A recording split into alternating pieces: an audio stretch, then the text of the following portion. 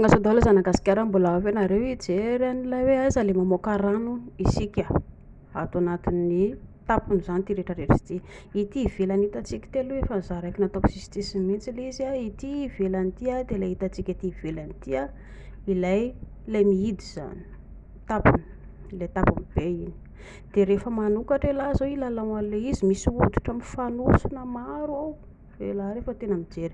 Ity le hoditra voalohany ity ilay petit lèvre le lazaiko ity le lasa mivoraka be ohatran'ny sofina elefanta rehefa teraka ny vehivavy.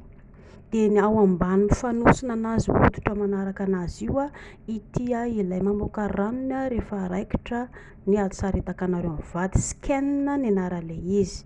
Eto manodidina eto misy anazy eto ny tatavy ilay mamoaka amany.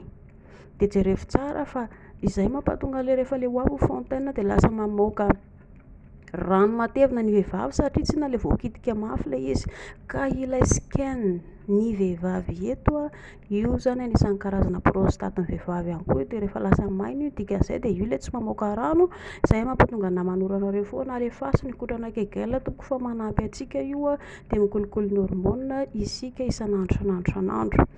Ity ilay lalan-jaza de mbola averiko ho an'ny lehilahy jereo tsara zao firafitra ilay tampony rehetrarehetra vehivavy reo ity le ato amin'ity boribory ty ihany no misy lalan-jaza, de eto ambony eto no misy ny lavaka many, ary aty amin'ny tampony farany ambony aty no misy ny kitso na hoe clitoris ozy tsika.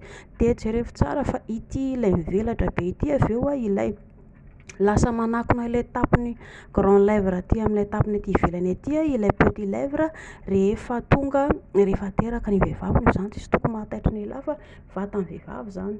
Ho an'ny lehilahy le hoe kamo zay ohatran'ny ratsy le izy ohatran'ny tsy mety efa misy plastique surgery, asaivy manao plastique surgery ny madama raha ohatra ka sy tiany lehilahy hivoaka mivelatra mankaty ivelany aty ilay petit lèvre na le hoe molompolo kely ity ivelany ity. Mazava ve ato ambany petit lèvre ato misy ilay antsoina hoe skin, eto no misy n'ilay mamoaka ranony ny vehivavy rehefa mientana. Mazava ve? Mahazo toa nareo. Ao amin'izay lohana amin'izay le entana, de eo amin'izay lahy milalao ny rehetrarehetra iny rehefa raikitra ny aty.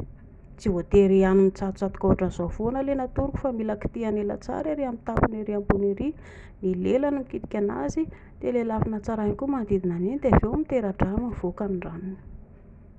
Mahazo toa.